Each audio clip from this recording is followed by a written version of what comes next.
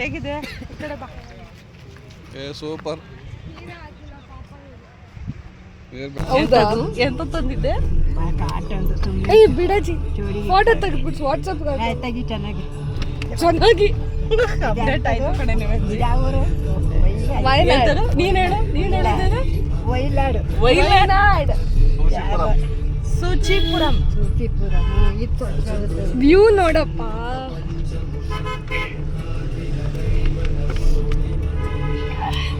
Welcome back to my channel. ನಾವು ಸೂಚಿಪುರನ ಬಿಟ್ಟಾದಮೇಲೆ ಅಲ್ಲಿಂದ 1.5 ಕಿಲೋಮೀಟರ್ ಅಷ್ಟೇ ವಯನಾಡಲ್ಲಿ ಎಲ್ರಿಗೂ ಗೊತ್ತಿದೆ. ಈಗ 2 ವರ್ಷ ಆಯಿತು ಅಂದ್ಕೊಳ್ತೀನಿ. ಆವಾಗ ಅಲ್ಲಿ ಎಷ್ಟು ಮನೆಗಳೆಲ್ಲ ಕೊಚ್ಕೊಂಡೋಗಿದೆ ಅಂತ ಆಲ್ರೆಡಿ ಎಲ್ಲ ನ್ಯೂಸಲ್ಲೆಲ್ಲ ನೋಡಿದ್ದೀರಾ. ಆ ಜಾಗನ ನೋಡ್ಕೊಂಡು ಹೋಗೋಣ ಅಂತ ಬಂದಿದ್ದೀವಿ. ಇದನ್ನು ನಮ್ಗೆ ಹೇಳಿದವರು, ನಾವೇನು ರೂಮ್ ಮಾಡ್ಕೊಂಡಿದ್ವಲ್ಲ ಸೂಚಿಪುರಮಲ್ಲಿ, ಅವರೇ ನಮಗೆ ಹೇಳಿದ್ದು. ಅದನ್ನು ನೋಡ್ಕೊಂಡು ಹೋಗಿ ಆನ್ ದಿ ವೇನೇ ಸಿಗುತ್ತೆ ನಿಮಗೆ, 1.5 ಕಿಲೋಮೀಟ್ರ್ ಆಗುತ್ತೆ ಅಂತ ಹೇಳಿದ್ರು. ನಿಜವಾಗ್ಲೂ ಇಲ್ಲಿ ಬಂದು ನೋಡಿದ ತಕ್ಷಣವೇ ಅವರೆಲ್ಲ ಹೇಗೆಲ್ಲ ಕೊಚ್ಕೊಂಡೋಗಿದ್ದಾರೆ. ಎಷ್ಟೊಂದು ಬಾಡಿಗಳು ಸಿಕ್ಕಲಿಲ್ಲ, ಮನೆಗಳೆಲ್ಲ ಪೂರ್ತಿ ಕೊಚ್ಕೊಂಡೋಗಿದೆ. ಮತ್ತು ಇಲ್ಲಿ ಕೊಚ್ಕೊಂಡು ಹೋದ್ಮೇಲೆ ಬಂಡೆಗಳೇ ಬಂದು ನಿಂತಿದೆಯಂತೆ. ಅಲ್ಲಿ ಓಡಾಡೋಕ್ಕೆಲ್ಲ ತುಂಬಾ ತೊಂದರೆ ಆಗ್ತಾಯಿತ್ತಂತೆ. ನೋಡಿ, ನಾನೇನು ಒಂದು ಸ್ವಲ್ಪ ಝೂಮ್ ಹಾಕೋಕ್ಕೆ ಟ್ರೈ ಮಾಡಿದ್ದೀನಿ.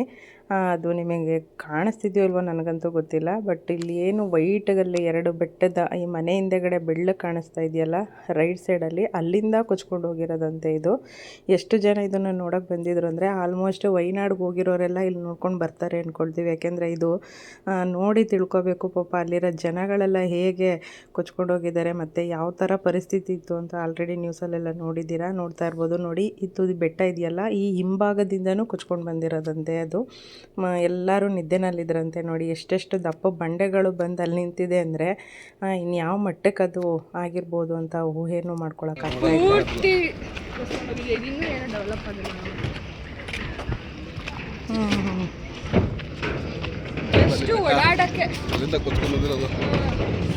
ಅಲ್ವಾ. ಅಲ್ಲಿಂದ ಈ ಕಡೆ ಮಾಡ್ಕೊಂಡು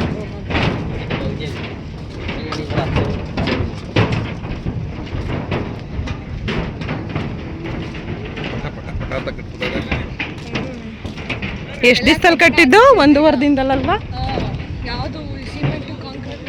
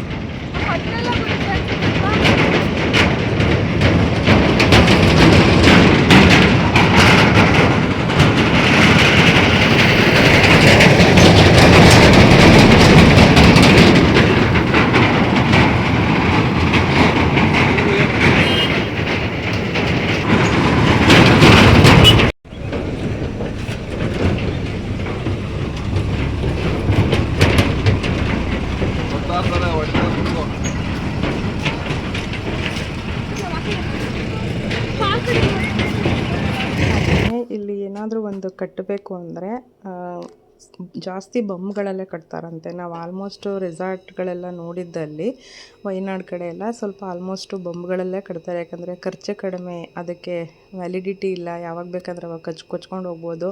ಹಾಗಾಗಿ ಅಲ್ಲೆಲ್ಲ ಸ್ವಲ್ಪ ಇದೇ ಥರನೇ ಅಂತೆ ಕಟ್ಕೊಳ್ಳೋದು.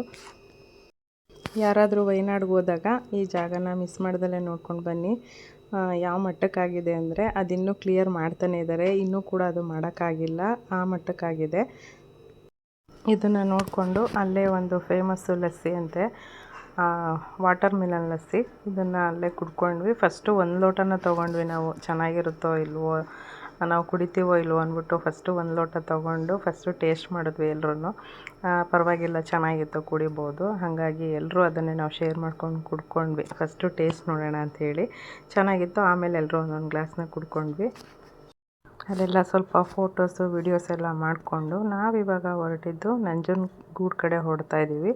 ನಾವು ಫಸ್ಟು ಮಡಿಕೇರಿಗೆ ಹೋಗ್ಬಿಡೋಣ ಅಂದ್ಕೊಂಡಿದ್ವಿ. ಯಾಕಂದರೆ ಅಲ್ಲಿ ಫಾಲ್ಸ್ಗೆ ಏನು ಹೋದ್ವಿ ಸಂಜೆ, ಅಲ್ಲಿ ನಮಗೆ ಟಿಕೆಟ್ ಸಿಕ್ಬಿಟ್ಟಿದ್ರೆ ನಾವು ಅಲ್ಲಿ ನೋಡಿಕೊಂಡು ಆಟಾಡಿಕೊಂಡು ಮಡಿಕೇರಿಗೆ ಹೊರಟ್ಬಿಡೋಣ ಅಂದ್ಕೊಂಡಿದ್ವಿ. ಬಟ್ ಅಲ್ಲಿ ಅದು ಹಂಗೆ ಆಗಲಿಲ್ಲ, ಯಾಕಂದರೆ ಅಲ್ಲಿ ಟಿಕೆಟ್ ಎಲ್ಲ ಸೋಲ್ಡ್ ಔಟ್ ಆಗಿತ್ತು. ಈಗ ಇದೆಲ್ಲ ನೋಡಿಕೊಂಡು ನಾವಿವಾಗ ಹೋಗ್ತಾ ಇರೋದು ನಂಜನಗೂಡಿಗೆ ಹೋದ್ವಿ. ಹಾಗೆ ಅಲ್ಲಿ ಲಾಸ್ಟು ಬಂಡೀಪುರ ಲಾಸ್ಟು ಏನಿದೆ ಫಾರೆಸ್ಟು, ಅಲ್ಲಿ ಆದಮೇಲೆ ಅಲ್ಲೊಂದು ಈ ಥರ ಸೂರ್ಯಕಾಂತಿ ಹೂವುಗಳನ್ನೆಲ್ಲ ಹಾಕ್ಕೊಂಡು ಒಬ್ಬರು ಈ ಥರ ಫೋಟೋಶೂಟ್ಗೆ ಅಂತ ಜಾಗ ಮಾಡ್ಕೊಂಬಿಟ್ಟಿದ್ದಾರೆ. ಇಲ್ಲಿ ಎಂಟ್ರಿ ಫೀಸ್ ಕೂಡ 20 ರುಪೀಸ್ ಮಾಡಿದರು ಒಬ್ರಿಗೆ. ನಮ್ಮನೆಯವ್ರು ಹಂಗೂ ರೇಗಿಸ್ತಾಯಿದ್ರು, ಏನು ಸರ್ ಇದನ್ನು ಹಾಕ್ಕೊಂಡು ನೀವು ಎಲ್ರಿಗೂ ಒಳ್ಳೆ ದುಡ್ಡು ಮಾಡ್ತಾಯಿದ್ದೀರಾ ಅಂತ ಅಂದರು. ಚೆನ್ನಾಗಿತ್ತು, ಏನೂ ಮಾಡೋಕ್ಕಾಗಲ್ಲ, ಅವ್ರವ್ರದ್ದು ಕಸುಬು ಮಾಡಲೇಬೇಕಾಗುತ್ತೆ. ಅವರು ಸ್ವಲ್ಪ ಕಷ್ಟಪಟ್ಟಿರ್ತಾರಲ್ವ, ಹಾಗಾಗಿ ನಾವು ಅದನ್ನು ಇದು ಮಾಡೋಕ್ಕಾಗಲ್ಲ. ನಾವು ಕೂಡ ಅವ್ರಿಗೆ ಒಂದು ಸ್ವಲ್ಪ, ನಾವು 4 ಜನ ಹೋಗಿದ್ವು, 80 ರುಪೀಸ್ ಕೊಟ್ಬಿಟ್ಟು ನಾವು ಹೋಗಿ ಸ್ವಲ್ಪ ವೀಡಿಯೋಸು ಫೋಟೋಸ್ ಎಲ್ಲ ಮಾಡ್ಕೊಂಡ್ವಿ. ಚೆನ್ನಾಗಿತ್ತು. ಒಂಥರ ಹೂವಿನ ಮಧ್ಯೆ ನಿಂತ್ಕೊಂಡು ಫೋಟೋ ತೆಗೆಸ್ಕೊಳ್ಳೋದು ತುಂಬ ಚೆನ್ನಾಗಿರುತ್ತಲ್ವ, ಅದನ್ನೆಲ್ಲ ತೆಗೆಸ್ಕೊಂಡು ಹಾಗೆಯೇ ಗುಂಡ್ಲುಪೇಟೆಗೆ ಬಂದು ಊಟನ ಮಾಡ್ಕೊಂಡ್ವಿ. ಊಟ ಮಾಡಿರಲಿಲ್ಲ, ಯಾರ್ಯಾರಿಗೆ ಏನೇನು ಬೇಕೋ ಅದನ್ನೆಲ್ಲ ತೊಗೊಂಡ್ರು. ನಾನು ನನ್ನ ಫೇವ್ರೆಟ್ಟು ಈರುಳ್ಳಿ ದೋಸೆ, ಆನಿಯನ್ ದೋಸೆ ಅದನ್ನು ತೊಗೊಂಡೆ. ಅದೆಲ್ಲ ತೊಗೊಂಡ್ಮೇಲೆ ನಾವು ನಂಜನಗೂಡಿಗೆ ರೀಚ್ ಆದ್ವಿ. ಅಲ್ಲಿ ನಮ್ಮ ಅತ್ತೆಯವರು ಮತ್ತು ಮಗಳು ದೇವರಿಗೆ ಕಿವಿ ಯಾವಾಗಲೂ ನೋವ್ತಿರುತ್ತೆ ಅಂಥೇಳಿ ಕಿವಿನ ಹಾಕಬೇಕು ಅಂತ ಅರಸ್ಕೊಂಡಿದ್ರಂತೆ. ಹಾಗಾಗಿ ಅದನ್ನು ಕೂಡ ತೊಗೊಂಡು ಹೊರಟ್ವಿ. ಅಲ್ಲಿ ಫ್ರೆಶ್ಶಾಗಿ ಮಲ್ಲಿಗೆ ಹೂವು ಕೂಡ ಮಾರ್ತಾಯಿದ್ರು. ಎಷ್ಟು ಚೆನ್ನಾಗಿತ್ತು ಅಂದರೆ ತುಂಬಾ ಚೆನ್ನಾಗಿತ್ತು. ಅದು ನೋಡಿದ ತಕ್ಷಣ ಯಾಕೋ ಇಷ್ಟ ಆಯಿತು. ಅದನ್ನು ತೊಗೊಂಡು ಉಟ್ಕೊಂಡು ಈಗ ನಾವು ದೇವಸ್ಥಾನ ಕಡೆ ಹೋಗ್ತಾ ಇದ್ದೀವಿ. ದೇವಸ್ಥಾನದ ಹತ್ರ ಹೋಗ್ಬೇಕಾದ್ರೂ ಅಷ್ಟೇ ಕೈಕಾಲು ತೊಳ್ಕೊಬೇಕು, ಸ್ಲಿಪ್ಪರ್ ಹಾಕಿದ್ದೀವಿ ಅಂತ ನಮ್ಮ ಮನೆಯವರು ತುಂಬಾ ವಾಟ್ರ್ಗಲ್ಲೆಲ್ಲ ಹುಡ್ಕಿದ್ರು. ಅಂದರೆ ಅಲ್ಲಿತ್ತು, ಇನ್ನೊಂದು ಸ್ವಲ್ಪ ಮುಂದೆ ಹೋಗಿದರೆ ಸಿಗ್ತಾಯಿತ್ತು, ಬಟ್ ಅದು ಗೊತ್ತಾಗಲಿಲ್ಲ.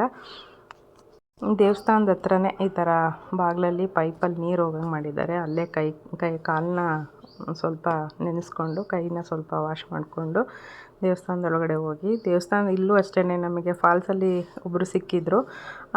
ನನಗೆ ತಕ್ಷಣ ಅದು ವೀಡಿಯೋ ಮಾಡ್ಕೊಳಕ್ಕಾಗಲಿಲ್ಲ. ಅವರು ನನಗೆ ಗುರ್ತು ಹಿಡಿಲಿಲ್ಲ, ನಾನೇ ಗುರ್ತು ಹಿಡಿದೆ. ಮಾತಾಡ್ಸಿದ್ಮೇಲೆ ಹೌದು ಮರ್ತುಬಿಟ್ಟೆ ರೀ, ಸಾರಿ ಅಂದರು. ಅವರು ಮೈಸೂರಿನವ್ರಂತೆ.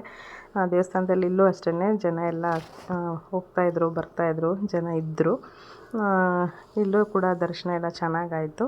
ಇದೆಲ್ಲ ಮುಗಿಸ್ಕೊಂಡು ನಾವಿವಾಗ ನಮ್ಮ ಕುಣಿಗಲ್ ಕಡೆ ಹೊರಡ್ತಾ ಇದ್ದೀವಿ. ವಯನಾಡು ಟ್ರಿಪ್ಪಿಂದು ಫೋಟೋಸು ವಿಡಿಯೋಸ್ ಎಲ್ಲ ಆಲ್ಮೋಸ್ಟ್ ಶೇರ್ ಮಾಡಿದ್ದೀನಿ. ಹೇಗೆ ಅನ್ನಿಸ್ತು ನಿಮ್ಮ ಅನಿಸಿಕೆ ಅಭಿಪ್ರಾಯನ ತಿಳಿಸಿ. Thank you for watching. Thank you so much.